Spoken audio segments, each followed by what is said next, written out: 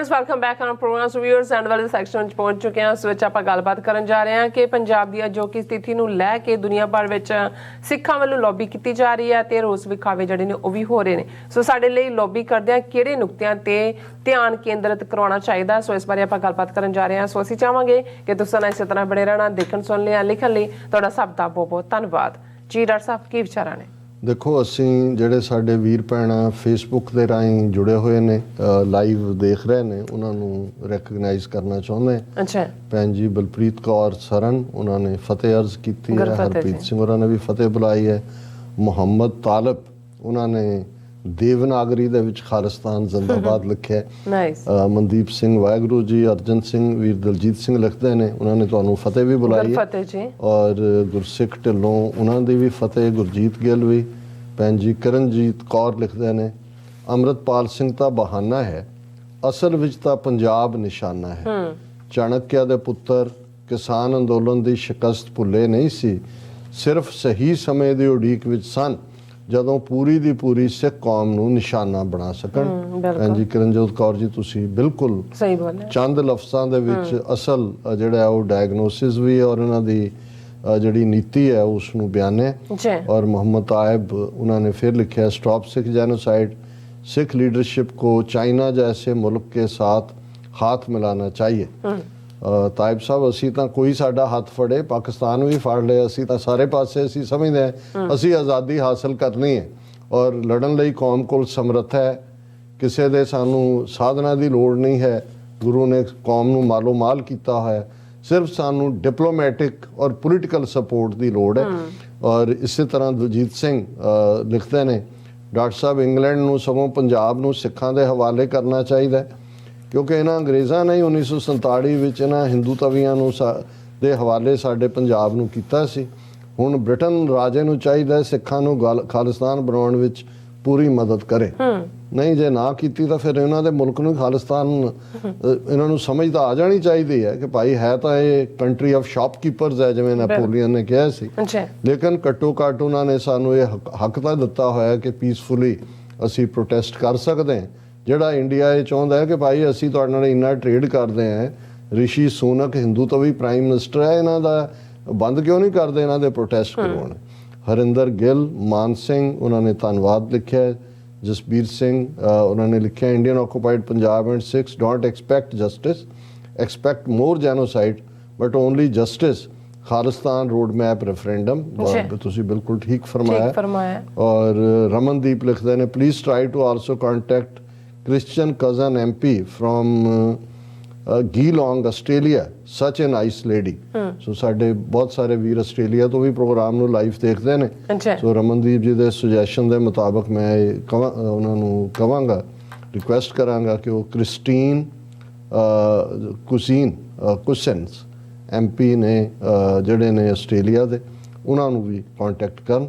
ਔਰ ਭੈਣ ਜੀ ਬਲਪ੍ਰੀਤ ਕੌਰ ਸਰਨ ਫਿਰ ਲਿਖਦੇ ਨੇ, ਉਹਨਾਂ ਨੇ ਵੀ ਇਹੀ ਰਿਕਮੈਂਡ ਕੀਤਾ ਕਿ please try to contact your local MPs, send them emails, we are doing the same।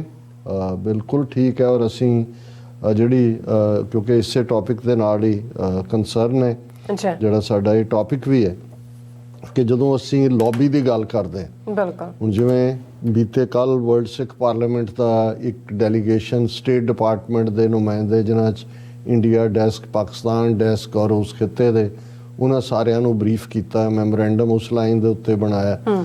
ਜਿਵੇਂ ਆਸਟ੍ਰੇਲੀਅਨ MPs ਦਾ ਅਸੀਂ ਜ਼ਿਕਰ ਕੀਤਾ ਵੀ ਉਹਨਾਂ ਨੇ ਕਿਵੇਂ ਜਿਹੜਾ ਲੋਕਲ ਸਿੱਖਾਂ ਨੇ ਇਫੈਕਟਿਵ ਲੌਬੀ ਕੀਤੀ ਕਿ 4 ਮੈਂਬਰ ਪਾਰਲੀਮੈਂਟ ਉਹ ਖੁੱਲ੍ਹ ਕੇ ਪਾਰਲੀਮੈਂਟ ਬਿਲਡਿੰਗ 'ਚੋਂ ਆ ਕੇ ਉਹਨਾਂ ਨੇ ਸਿੱਖ ਪ੍ਰੋਟੈਸਟਰਸ ਨੂੰ ਐਡਰੈਸ ਕੀਤਾ ਔਰ ਆਪਣੀ ਹਮਾਇਤ ਦਿੱਤੀ। ਔਰ ਜਿਵੇਂ ਕੈਨੇਡਾ ਔਰ UK ਦੇ ਪੋਲੀਟੀਸ਼ੀਅਨਸ ਨੇ ਵੀ ਕੀਤਾ ਜਿਹੜੇ ਨੁਕਤੇ।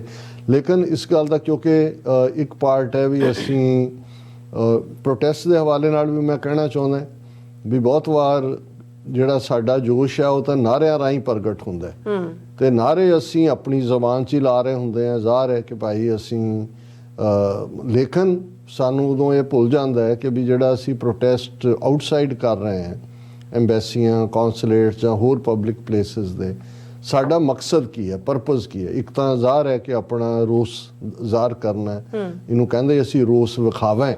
ਵਿਖਾਵੇ ਦਾ ਮਤਲਬ ਇਹ ਕਿ ਰੋਹ ਦਾ ਵਿਖਾਵਾ ਹੈ, ਐਂਗਰ ਦਾ। ਪਰ ਉਹਦਾ ਦੂਸਰਾ ਜਾਂ ਵੱਡਾ ਮੰਤਵ ਤਾਂ ਇਹ ਵੀ ਹੋਣਾ ਚਾਹੀਦਾ to educate the others non Indians. ਉਹਨਾਂ ਨਾਲ ਤਾਂ ਉਲਝਣ ਦੀ ਲੋੜ ਨਹੀਂ ਹਿੰਦੂ ਤਵੀਆਂ ਨੂੰ, ਉਹਨਾਂ ਨੂੰ ਕੀ ਸਮਝਾਉਣਾ ਹੈ ਜਾਂ ਕੀ ਕਹਿਣਾ ਹੈ। ਇਸੇ ਲਈ ਅਸੀਂ ਕਦੇ ਇਹਨਾਂ ਨੂੰ ਕੋਈ ਮੈਮੋਰੈਂਡਮ ਤਾਂ ਦਿੰਦੇ ਨਹੀਂ ਇੰਡੀਅਨ ਕੌਂਸੂਲੇਟ ਜਾਂ ਦੂਜਿਆਂ ਨੂੰ। ਜੇ ਅਸੀਂ ਸਾਨੂੰ ਪਤਾ ਹੈ ਕਿ ਵੀ ਇਹ ਇਵੇਂ ਹੀ ਹੈ ਕਿ ਬੱਕਰਾ ਜਿਹੜਾ ਉਹ ਕਸਾਈ ਨੂੰ ਜਿਹੜਾ ਉਹ ਪਟੀਸ਼ਨ ਪਾਏ ਕਿ ਜੀ ਤੂੰ ਮੈਨੂੰ ਨਾ ਮਾਰੀ। ਲੇਕਿਨ ਜਿਹੜਾ ਦੂਸਰਾ ਸਾਡਾ ਮਕਸਦ ਹੈ ਉਹ ਇਹੀ ਹੈ ਕਿ ਜਿਹੜੇ ਪਾਸਰਬਾਈ ਨੇ, ਮੈਂ ਪਹਿਲਾਂ ਪ੍ਰੋਟੈਸਟ ਦੀ ਗੱਲ ਕਰਾਂ ਫਿਰ ਲੌਬੀ, ਉਹਨਾਂ ਦੇ ਲਈ ਚੰਗੇ ਹੈਂਡ ਆਊਟ ਹੋਣੇ ਜਿਨ੍ਹਾਂ 'ਚ, ਕਿਉਂਕਿ ਬਹੁਤ ਲੰਬਾ ਚੌੜਾ ਪੜ੍ਹਨ ਦਾ ਕੋਈ ਰਿਵਾਜ ਨਹੀਂ ਹੈ, ਸੋਹਣੀ ਅੰਗਰੇਜ਼ੀ ਦੇ ਵਿੱਚ ਜਿਹੜੇ ਸਾਡੇ ਬੱਚੇ ਬੱਚੀਆਂ ਚੰਗੀ ਡਰਾਫਟਿੰਗ ਕਰ ਲੈਂਦੇ ਨੇ। 6-7 ਜਿਹੜੇ ਸੇਲੈਂਟ ਪੁਆਇੰਟ ਨੇ, ਵਾਈ ਵੀ ਆਰ ਹੀਅਰ, ਉਹਦੇ ਤੁਸੀਂ ਬਰੀਫ ਕਰੋ ਵੀ ਅਸੀਂ ਇੰਨੇ ਸਿੱਖ ਹੈ, ਅਸੀਂ ਇਸ ਮੁਲਕ 'ਚ ਰਹਿੰਦੇ ਹਾਂ, ਬਹੁਤ ਸਾਰੀਆਂ ਐਥਨਿਸਿਟੀ ਤੋਂ ਪਹਿਲਾਂ ਅਸੀਂ ਇੱਥੇ ਆਏ ਹੋਏ ਹਾਂ, ਔਰ ਇਹ ਸਾਡੇ ਭਰਾ ਭੈਣਾਂ ਰਿਲੇਟਿਵ ਪੰਜਾਬ 'ਚ ਨੇ, ਉਹਨਾਂ ਨੇ ਇੱਕ ਜੇਲ੍ਹ ਬਣਾਇਆ ਹੋਇਆ, ਉਹਨਾਂ ਨੇ ਸਸਪੈਂਡ ਕਰ ਦਿੱਤੀਆਂ ਨੇ ਸਾਰੀਆਂ ਸਰਵਿਸਿਜ਼ ਇੱਧਰ ਉੱਧਰ, ਉਹ ਹੈਂਡ ਆਊਟ ਹੈ।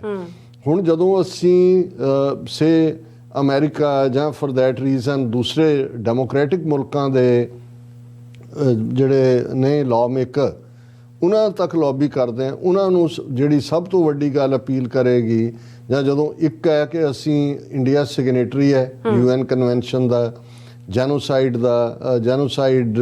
ਕਨਵੈਨਸ਼ਨ ਔਰ ਪ੍ਰੋਟੋਕੋਲ, ਜਿਨੀਵਾ ਪ੍ਰੋਟੋਕੋਲ। ਹੁਣ ਉਹਨਾਂ ਸਭ ਦੇ ਵਿੱਚ ਰਾਈਟ ਹੈ। ਹੁਣ ਜਿਹੜੇ 3-4 ਨੁਕਤੇ ਇਸ ਦੇ ਉੱਤੇ ਈਵਨ ਡਾਕਟਰ ਇਕਰਾਰ ਕਰਾਮਤ ਚੀਮਾ ਦੀ ਵੀ ਬਰੀਫਿੰਗ ਸੀ ਕਿ ਜਿਹੜੀ ਸਭ ਤੋਂ ਪਹਿਲਾਂ ਜਿਹਦੇ ਤੇ ਅਸੀਂ ਹੁਣ ਦੇ ਦੌਰ ਦੇ ਵਿੱਚ ਗੱਲ ਕਰੀਏ ਵੀ ਇੱਕ ਤਾਂ ਇਹ ਹੈ ਕਿ ਭਾਈ ਜਿਹੜਾ ਰਾਈਟ ਟੂ ਪ੍ਰੈਕਟਿਸ ਰਿਲੀਜਨ ਹੈ, ਇਹ ਬੇਸਿਕ ਰਾਈਟ ਹੈ ਹਿਊਮਨ ਰਾਈਟਸ ਦੇ ਥੱਲੇ, UN ਚਾਰਟਰ ਦੇ ਥੱਲੇ।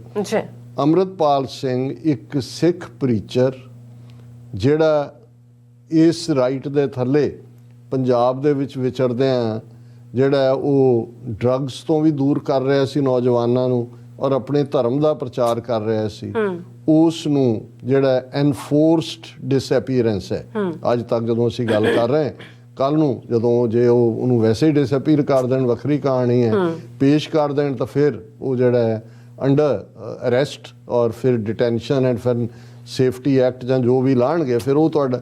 ਪਰ ਅੱਜ ਦੀ ਡੇਟ 'ਚ ਟੈਕਨੀਕਲ ਲੈਂਗੁਏਜ ਦੇ ਵਿੱਚ ਉਹ ਜਿਹੜੀ ਹੈ ਐਨਫੋਰਸਡ ਡਿਸਅਪੀਅਰੈਂਸ ਹੈ।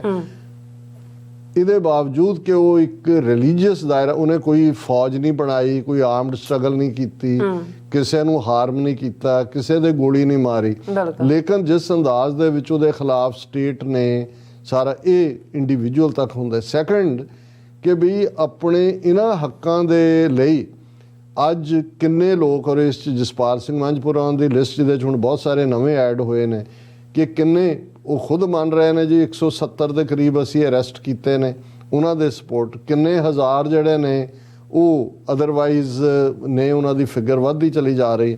ਹੁਣ ਇਹ ਇਸ ਹਾਲਾਤ ਦੇ ਵਿੱਚ ਜਦੋਂ ਪਿਛਲੇ 5 ਦਿਨ ਤੋਂ ਅਜੇ ਇੱਕ ਹਿੱਸਾ ਜਿੱਥੇ ਇੰਟਰਨੈਟ ਕਲੋਜ਼ ਕੀਤਾ ਗਿਆ, ਸੋ ਇਹ ਜਿਹੜੀ ਪਬਲਿਕ ਸਫਰਿੰਗ ਦੀ ਗੱਲ ਹੈ, ਜੇ ਭਾਈ ਅੰਮ੍ਰਿਤਪਾਲ ਸਿੰਘ ਇੰਡੀਵਿਜੂਅਲ ਨੇ, ਉਹਨਾਂ ਦੀ ਸਫਰਿੰਗ ਹੈ, ਉਹਨਾਂ ਦੇ ਹੱਕ ਦੇ ਉੱਤੇ ਛਾਪ ਹੈ।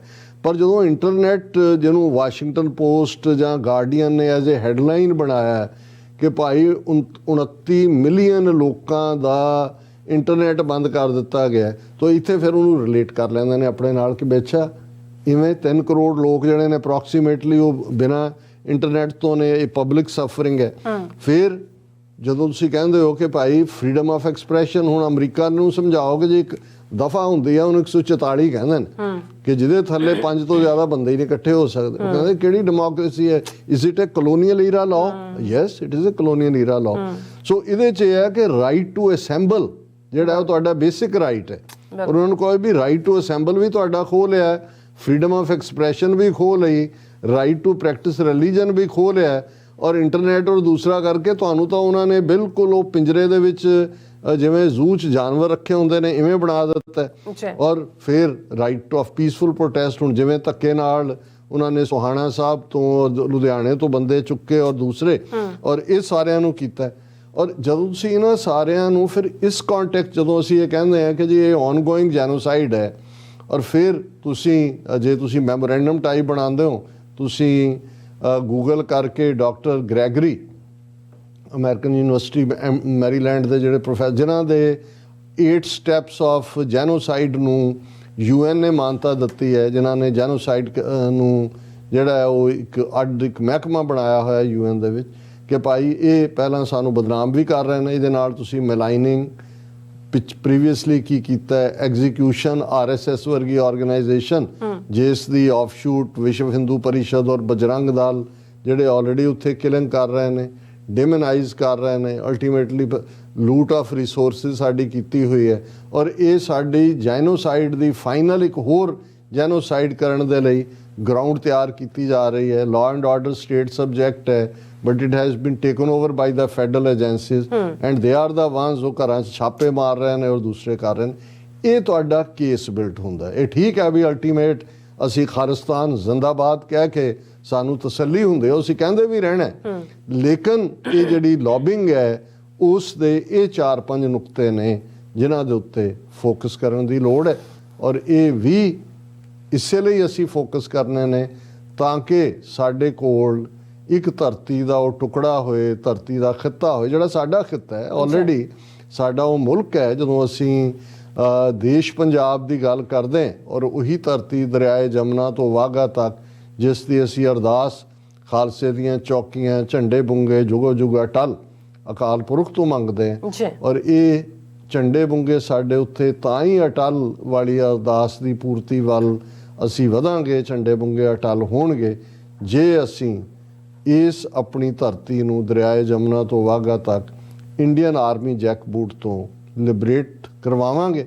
ਔਰ ਇਹੀ ਅਸੀਂ ਜਿੱਥੇ ਇਹ ਇੱਕ ਬੀਤ ਰਿਹਾ ਦਿਨ, ਇੱਕ ਬੀਤ ਰਿਹਾ ਪਲ ਫਿਕਰਾਂ ਦਾ ਵੀ ਹੈ, ਪੰਜਾਬ ਦੇ ਸਾਡੇ ਭਰਾਵਾਂ ਭੈਣਾਂ ਦੀ ਸਫਰਿੰਗ ਵੀ। ਔਰ ਅੱਜ ਹੀ ਕੈਨੇਡਾ ਮੇਰੀ ਗੱਲ ਹੋ ਰਹੀ ਸੀ ਕਿ ਉਹਨਾਂ ਦੇ ਪਰਿਵਾਰ ਜਿਹੜੇ ਫਲਾਈਟਸ ਵੀ ਕੈਂਸਲ ਹੋਈਆਂ ਨੇ ਕੁਝ ਕੈਨੇਡਾ ਤੋਂ, ਜਿਹੜੇ ਇੱਧਰੋਂ ਬਾਹਰੋਂ ਗਏ ਨੇ ਉੱਥੇ। ਸੋ ਇਹਨਾਂ ਨਾਲ ਜਦੋਂ ਇਹ ਤਾਂ ਸਾਡੇ ਇਹਨਾਂ ਦਾ ਹਿੱਸਾ ਹੈ, ਪਰ ਜਦੋਂ ਅਸੀਂ 1 to 1 ਮਿਲਦੇ ਹਾਂ ਉਹਨਾਂ ਨੂੰ ਹੋਏਗਾ ਜੀ ਤੁਸੀਂ US ਸਿਟੀਜ਼ਨ ਹੋ ਜਾਂ ਆਸਟ੍ਰੇਲੀਅਨ ਹੋ ਜਾਂ ਕੈਨੇਡੀਅਨ ਹੋ, ਵਟ ਯੂ ਹੈਵ ਕਿ ਬਈ ਸਾਡੀਆਂ ਫੈਮਲੀਜ਼ ਉੱਥੇ ਬੈਠੀਆਂ ਨੇ, ਸਾਡੇ ਪਰਿਵਾਰ ਨੇ, ਅਸੀਂ ਐਕਸਟੈਂਡਡ ਫੈਮਿਲੀ ਹੈ ਔਰ ਵੀ ਆਰ ਵਰਿਡ ਕਿ ਬਈ ਉਹਨਾਂ ਨੇ ਉਸੇ ਲਾਕਡਾਊਨ ਦੇ ਵਿੱਚ ਲਿਆਂਦਾ ਹੋਇਆ ਹੈ, ਉਹਨਾਂ ਦੀ ਐਕਸੈਸ ਨਹੀਂ ਹੈ, ਫੋਨ ਜਾ ਨਹੀਂ ਰਿਹਾ, ਤੁਸੀਂ ਘਰਾਂ ਦੇ ਉੱਤੇ ਛਾਪੇ ਮਾਰ ਰਹੇ ਹੋ, ਪੀਸਫੁਲ ਰਾਈਟ ਟੂ ਅਸੈਂਬਲੀ ਨਹੀਂ ਹੈ। For us it is the beginning of another genocide on a physical liquidation। ਚੁੱਕ ਕੇ ਲਿਜਾ ਰਹੇ ਨੇ ਐਂਡ ਦੇ ਆਰ ਟੇਕਿੰਗ ਅਵੇ। ਹੁਣ ਤੁਸੀਂ ਅਮਰੀਕਾ 'ਚ ਕਿਸੇ ਨੂੰ ਪੁੱਛੋ ਕਿ ਕੋਈ ਮਰਡਰ ਵੀ ਕਿਸੇ ਨੇ ਕੀਤਾ ਹੋਏ, DC 'ਚ ਕੀਤਾ ਹੋਏ, ਉਹਨੂੰ ਕਹਿਣ ਵੀ ਤੂੰ ਕੈਲੀਫੋਰਨੀਆ ਜੇਲ੍ਹ 'ਚ ਜਾਏਗਾ। ਤੇ ਇੱਥੇ ਉਹ ਬੰਦੇ ਜਿਨ੍ਹਾਂ ਦੇ ਖਿਲਾਫ ਕੋਈ ਚਾਰਜ ਨਹੀਂ ਪ੍ਰੂਵ ਨਹੀਂ ਹੋਇਆ, ਉਹਨਾਂ ਨੂੰ ਤੁਸੀਂ 2000 ਮੀਲ ਦੂਰ ਜਿਹੜਾ ਉਹਨਾਂ ਦੇ ਘਰਾਂ ਤੋਂ ਲਿਜਾ ਕੇ ਜਿਹੜਾ ਉਹਨਾਂ ਨਾਲ ਕੀ ਸਲੂਕ, they are going through torture. ਔਰ ਅਸਾਮ ਦੇ ਵਿੱਚ ਮਿਲਟਰੀ ਕੈਂਪ ਦੇ ਵਿੱਚ ਰੱਖਿਆ ਜਾ ਰਿਹਾ ਉਹਨਾਂ ਨੂੰ। ਸੋ ਇਹ ਸਾਰੇ ਨੁਕਤੇ ਨੇ ਜਿਨ੍ਹਾਂ ਤੇ ਸਾਨੂੰ ਗੱਲ ਕਰਨ ਦੀ ਲੋੜ ਹੈ। ਸਾਡੇ ਇੱਕ ਵਿਊਅਰ ਜਿਹੜੇ ਤਾਊ ਜੀ ਕਰਕੇ ਲਿਖਦੇ ਨੇ, ਉਹ ਕਹਿੰਦੇ ਨੇ ਤਾਊ ਜੀ ਤੁਸੀਂ ਇੱਕ ਵਾਰੀ ਨਾ ਜਾਣ ਲੱਗੇ ਜ਼ਰੂਰ ਖਾਲਿਸਤਾਨ ਜ਼ਿੰਦਾਬਾਦ ਕੇ, ਖਾਲਿਸਤਾਨ ਜ਼ਿੰਦਾਬਾਦ। ਜੀ ਰਾਜਾ ਤੁਹਾਡਾ ਬਹੁਤ ਬਹੁਤ ਸ਼ੁਕਰੀਆ। ਸੋ ਇਸ ਨਾਲ ਆਪਣੇ ਵਿਊਅਰਸ ਕੋਲ ਇਜਾਜ਼ਤ। ਵਿਊਅਰਸ ਸਾਡੇ ਪ੍ਰੋਗਰਾਮ ਦਾ ਸਮਾਂ ਇੱਥੇ ਸਮਾਪਤ ਹੁੰਦਾ। ਤੁਸੀਂ ਆਪਣੀ ਰਾਏ ਤੇ ਸੁਝਾਅ ਸਾਨੂੰ ਭੇਜਣਾ ਭੁੱਲਣਾ ਸਾਡੇ ਇਸ ਪਤੇ ਤੇ SOS@tv4.tv ਤੇ ਅਸੀਂ ਆਪਣਾ ਪ੍ਰੋਗਰਾਮ ਲੈ ਕੇ ਫਿਰ ਦੁਬਾਰਾ ਤੁਹਾਡੇ ਸਾਹਮਣੇ ਮੁਕਾਵਾਂਗੇ। ਤਦ ਤੱਕ ਲਈ ਮੈਨੂੰ ਤੇ ਆਪਣਾ ਸੁਣਾ ਗਿਆ ਦੋ ਦੇਖਦੇ ਰਹੋ TV84। ਬੁਲਾ ਦਿਓ ਫਤਿਹ। ਵਾਹਿਗੁਰੂ ਜੀ ਕਾ ਖਾਲਸਾ, ਵਾਹਿਗੁਰੂ ਜੀ ਕੀ ਫਤਿਹ। ਰੱਬ ਰਾਖਾ।